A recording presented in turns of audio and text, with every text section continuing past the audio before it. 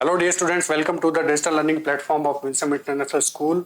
So today we will discuss the chapter number 2 of your class 8 part first. इसका नाम है the tsunami. चलिए पढ़ते हैं इस चैप्टर के बारे में। सबसे पहले तो हम सीखेंगे कि सुनामी क्या होता है। अब देखिए सुनामी क्या होता है। The word tsunami is composed of the Japanese word tsu, TSU, T silent है, इसको हम बोलेंगे सू। ठीक है, तो the word tsunami is composed of the Japanese word. ये सुनामी क्या है? जापानीज वर्ड है जिसमें कि सू जो कि शुरू वाला TSU है, विच मीन्स हार्बर। हार्बर का मतलब क्या होता है? कोई तट या फिर बंदरगाह जो समुद्र के पास में होता है उसको हम कहते हैं हार्बर। एंड नामी, इन दो वर्ड से मिलकर क्या बनता है? सुनामी बनता है, विच मीन्स वेव। नामी का मतलब क्या होता है? वेव्स, बड़ी बड़ी लहरें। ठीक है, a very large wave in the sea which destroys things when it reaches the land.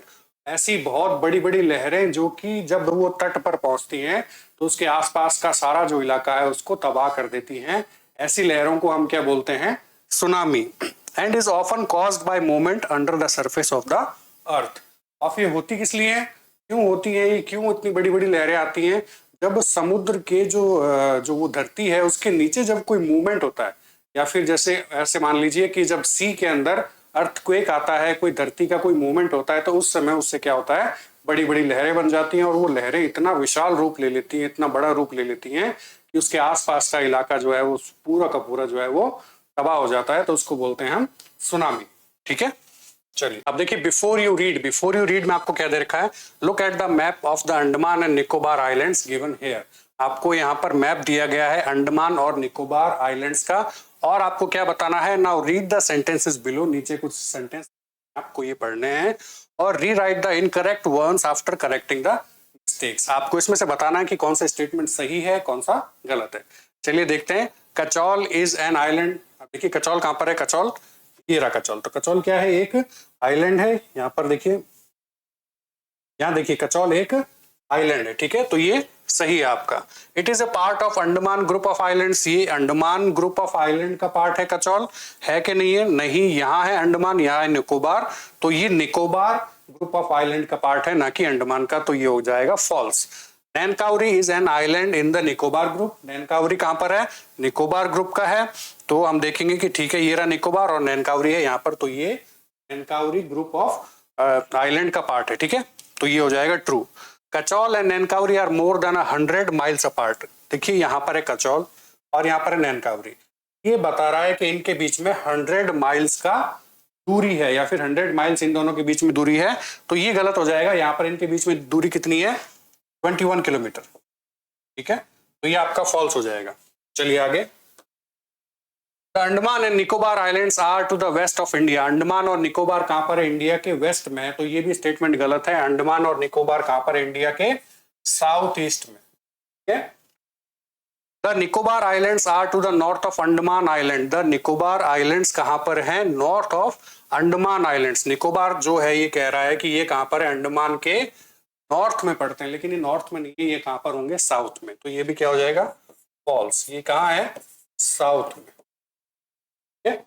ये क्लियर है? चलिए आगे चलते हैं।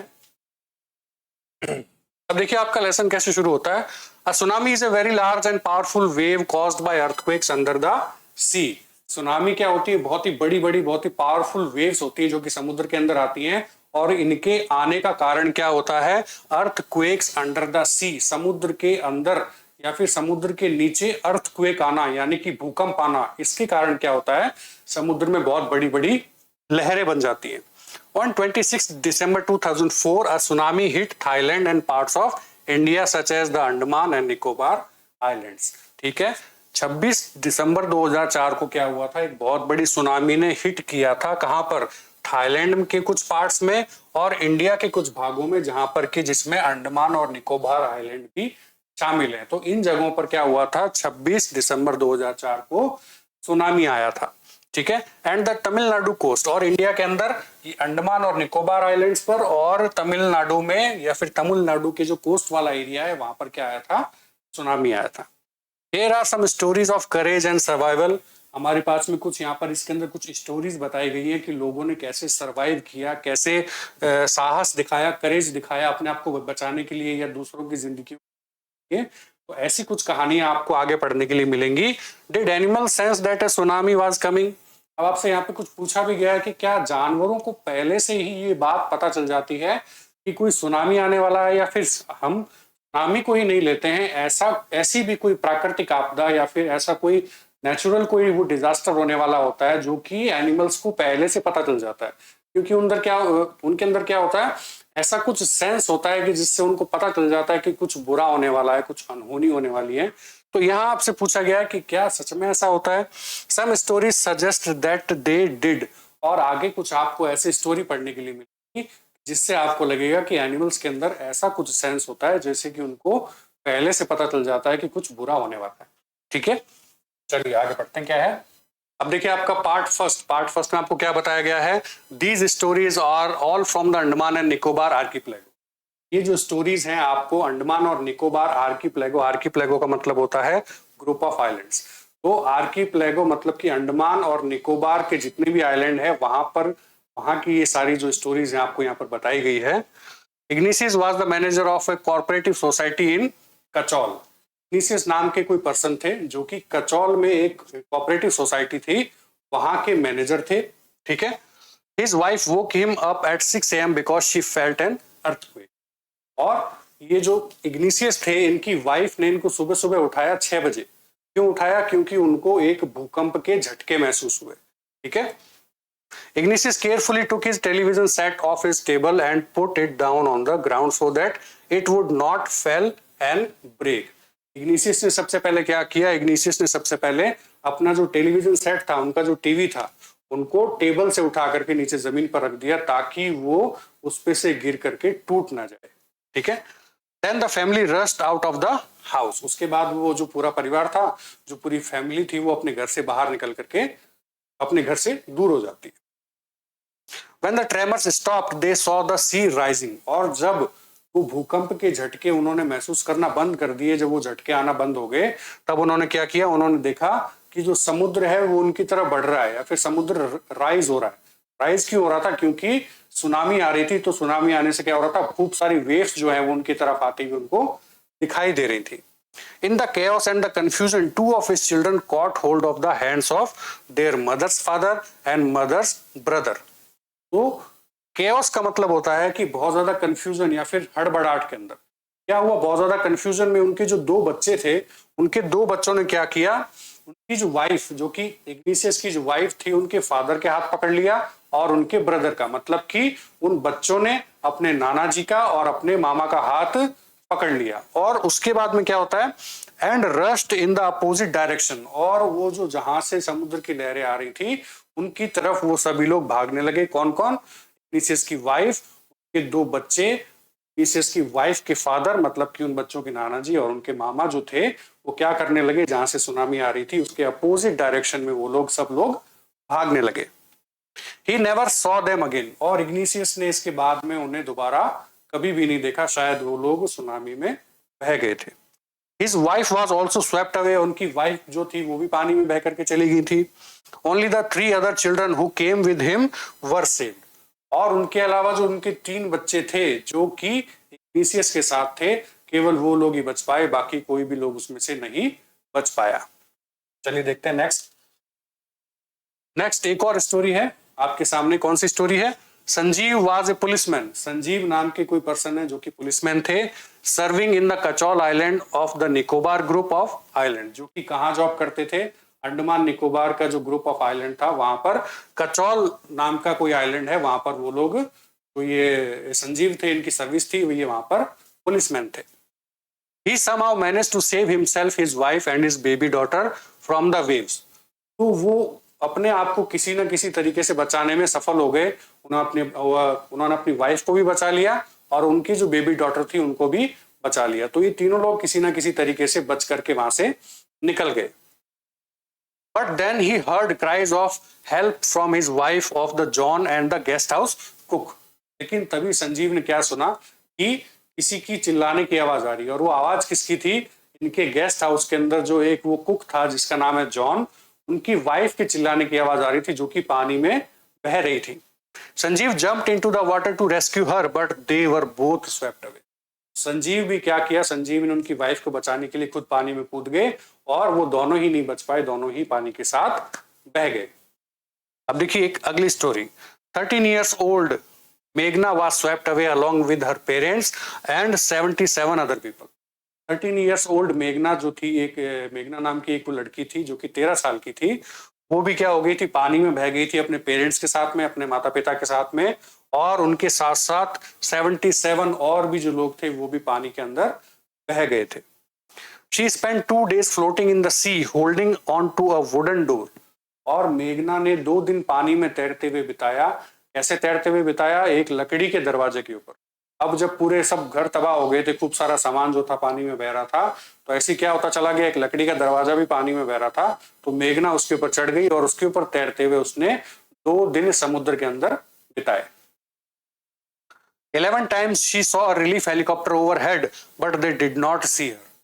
11 बार उसने एक रिलीफ हेलीकॉप्टर को देखा। रिलीफ हेलीकॉप्टर क्या होता है कि जब ऐसा कोई नेचुरल कोई वो डिजास्टर आ जाता है, कोई ऐसी प्राकृतिक आपदा आ जाती है, लोगों को बचाने के लिए रिलीफ हेलीकॉप्टर भेजे जाते हैं, जो कि उन लोगों को जो कि फंसे हुए हैं उन लोगों को फूड प्रोवाइड करते हैं, उन लोगों को ऐसी जगह से निकाल लेते हैं। तो ऐसा एक वो हेलीकॉप्टर जब वहां पर घूम रहा था, मेघना ने उसे 11 बार देखा, लेकिन उस हेलीकॉप्टर ने मेघना को नहीं देखा। शायद अगर वो हेलीकॉप्टर मेघना को देख लेता तो उसको पहले ही बचा लेता, लेकिन उस हेलीकॉप्टर ने मेघना को देखा ही नहीं, और वो 2 दिन तक समुद्र में उस लकड़ी के दरवाजे के ऊपर तैरती रही। She was brought to the shore by a wave and was found walking on the seashore in a daze। और उसने क्या देखा, मतलब कि जो मेघना थी उसके साथ में क्या हुआ कि एक समुद्र की बड़ी सी लहर ने उसको धक्का दे करके किनारे तक पहुंचा दिया। मतलब कि एक लहर के साथ वो किनारे तक आ गई थी, और बहुत ज्यादा डरी हुई वो क्या कर रही थी, वो समुद्र के तट पर घूमती हुई लोगों को पाई गई। अलमाज जावेद, अब देखिए अगली कहानी है आपके सामने। Almaz Javed was 10 years old। Almaz Javed कोई लड़की थी जो कि 10 साल की थी। She was a student of Carmel Convent in Port Blair where her father had a petrol pump। और वो कहां पर पढ़ती थी? वो पढ़ती थी कैरमल कॉन्वेंट नाम का कोई स्कूल था जो कि पोर्ट ब्लेयर के अंदर था, वहां की वो स्टूडेंट थी, और वहां पर उसके फादर का क्या था, पेट्रोल पंप था। Her mother Rahila's home was in Nancowry island. और उनकी माँ जो थी वो कहाँ रहती थी? नैनकावरी आइलैंड। जो उनकी माँ का नाम था रहीला, उनका जो घर था वो कहाँ पर था? नैनकावरी आइलैंड पर था। The family had gone there to celebrate Christmas. और जो ये इनका परिवार था ये नैनकावरी गया हुआ था क्रिसमस सेलिब्रेट करने के लिए। When the tremors came early in the morning, the family was sleeping। Alma's father saw the sea water recede। क्या हो रहा था कि जब वो सब लोग सो रहे थे, तब उन्होंने सुबह सुबह जल्दी, मतलब कि बहुत जल्दी सुबह सुबह उन्होंने भूकंप के झटके महसूस किए। भूकंप के झटके महसूस होने के बाद में अल्मा के जो फादर थे उन्होंने देखा कि समुद्र का पानी जो है वो रिसीड हो रहा है। रिसीड होने का मतलब क्या होता है? Move back from where it was. जहां पर वो पानी था वो उससे पीछे हट रहा था। पीछे हटने का मतलब क्या है? वो पीछे हट करके बहुत ज्यादा फोर्स के साथ में दोबारा से आगे आएगा। He understood that the water would came rushing back with a great force। और उनके अल्मा के जो फादर थे वो जानते थे कि पानी अगर पीछे हट रहा है तो वो दोबारा से बहुत ही ज्यादा ग्रेट फोर्स के साथ में आगे वापस जरूर आएगा। He woke everyone and tried up to rush them to a safer place। उन्होंने सब लोगों को उठाया और सब लोगों को एक सेफ प्लेस पर जाने की या फिर उनको ले जाने की कोशिश करने लगे। As they ran, her grandfather was hit on the head by something and he fell down। और जब वो लोग भाग रहे थे तब जो अल्मा के जो दादाजी थे उनको किसी चीज से पैर में चोट लगी और वो गिर गए। Her father rushed to help him। और उनकी जो फादर थे, अल्मा के जो फादर थे, वो अपने फादर की हेल्प के लिए जाते हैं उनके पास में। Then came the first giant wave with the swept both of them। तभी क्या होती है, एक बड़ी सी लहर आती है और उन दोनों को बहा करके वहां से ले जाती है। Alma's mother and aunts stood clinging the leaves of a coconut tree, calling out of to her। और क्या होता है? Alma's mother and aunts stood clinging the leaves of the coconut tree। Alma की जो आंट्स थी, अल्मा के जो बाकी परिवार में जो लोग थे, अल्मा की माँ और उनकी जो आंट्स थी, उन्होंने क्या किया, वो एक नारियल के पेड़ को पकड़ करके खड़े हो गए, कॉलिंग आउट ऑफ हर, और अल्मा को बुलाने लगे। ठीक है। A wave uprooted the tree and they too were washed away. और इतनी जोर से एक लहर आई कि वो उस पेड़ के साथ पेड़ को मतलब उखाड़ करके साथ ले गई, और उनके साथ साथ जो भी उसके आसपास जो लोग पेड़ को पकड़ करके खड़े थे वो भी क्या हो गए, पानी में बह गए। Alma saw a log of wood floating, she climbed on it. तो अल्मा ने क्या देखा कि पानी के अंदर वुड का एक लॉग, मतलब कि लकड़ी का जो पेड़ का जो तना होता है उसका एक टुकड़ा जो था वो पानी में तैर रहा था। तो अल्मा ने क्या किया, अल्मा उसके ऊपर चढ़ जाती है। देन शी फेंटेड, और उसके बाद क्या हो गई, अल्मा जो है वो बेहोश हो गई। व्हेन शी वोक अप, और जब उसको होश आया, she was in a hospital in Kamorta. तो जब उसको होश आया तब उसको फील हुआ कि वो कहां पर है, या उसको महसूस हुआ कि वो कहां पर है, कामोर्ता के किसी हॉस्पिटल के अंदर है। From there she was brought to Port Blair, और वहां से उसको कहां लेकर के जाया गया, पोर्ट ब्लेयर लेकर के जाया गया। The little girl does not want to talk about the incident with anyone. वो छोटी सी बच्ची इतना ज्यादा घबरा गई थी, इतना ज्यादा वो डर गई थी कि वो किसी को इस घटना के बारे में बता नहीं पा रही थी, या फिर वो बताना नहीं चाहती थी, क्योंकि उसको याद कर करके वो इतना ज्यादा घबरा जाती थी। शी इज स्टिल ट्रॉमेटाइज्ड, और वो स्टिल अभी भी वो क्या है, ट्रॉमेटाइज्ड है। ट्रॉमेटाइज का मतलब ग्रेटली शॉक्ड एंड स्ट्रेस, अभी भी बहुत ज्यादा तनाव में है, बहुत ज्यादा स्ट्रेस में है। तो यहां खत्म होता है अपने चैप्टर का पार्ट फर्स्ट। हम कंटिन्यू करेंगे आगे पार्ट सेकंड। ओके, तब तक के लिए थैंक यू।